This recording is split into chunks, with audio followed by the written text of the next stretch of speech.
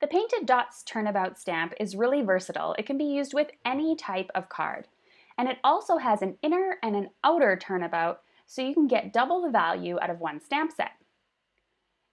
Looking at the guide on the back, you can see what it looks like when it's stamped in full, without the middle, and the middle only. You'll also need your jig to help line things up, and it comes with this transparency sheet that you can use to line up your stamp.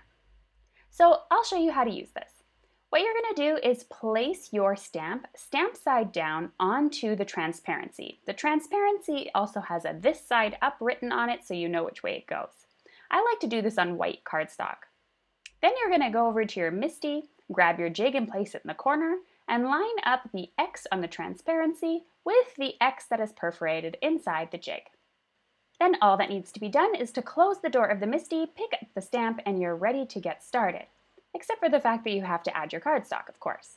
So remove the transparency off the stamp. You don't want to stamp with that on there.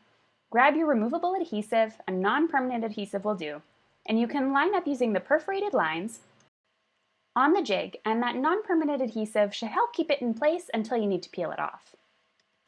Now comes the fun part where you get to pick 4 colors for your turnabout stamp. Aqua Sky, Oceanside, Peacock, and Midnight are the colors that I'm going to be using today. So I'm inking up the stamp in my first color. It really doesn't matter which color you use first, but I'm going to go light to darkest just to keep things in order. Now you'll also notice on your jig in the top right corner there is a number 1.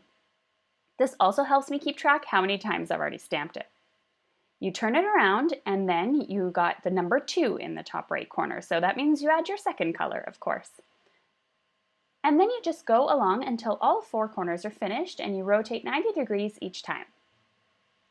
As you can see, at the moment I'm only stamping the outside of the turnabout, so I can show you all 3 ways that you can stamp this.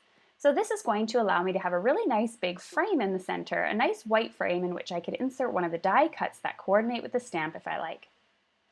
Here's a look when the piece is all finished. Now moving on, I'm going to go ahead and give the centerpiece a try for the turnabout. Now what I love about turnabouts that separate like this one into 2 pieces is my backgrounds tend to be less busy when they're all finished. I always find that it's really great to have a lot of white space around bright, vibrant colors like this one, and this allows me to do that. So once again, rotating each time with all 4 colors, you're going to see what the piece looks like when it's just in the center. This would look really great with a die cut in the middle, a very clean and simple looking card. And as you can see, these polka dots really are so versatile and could be added for so many different occasions.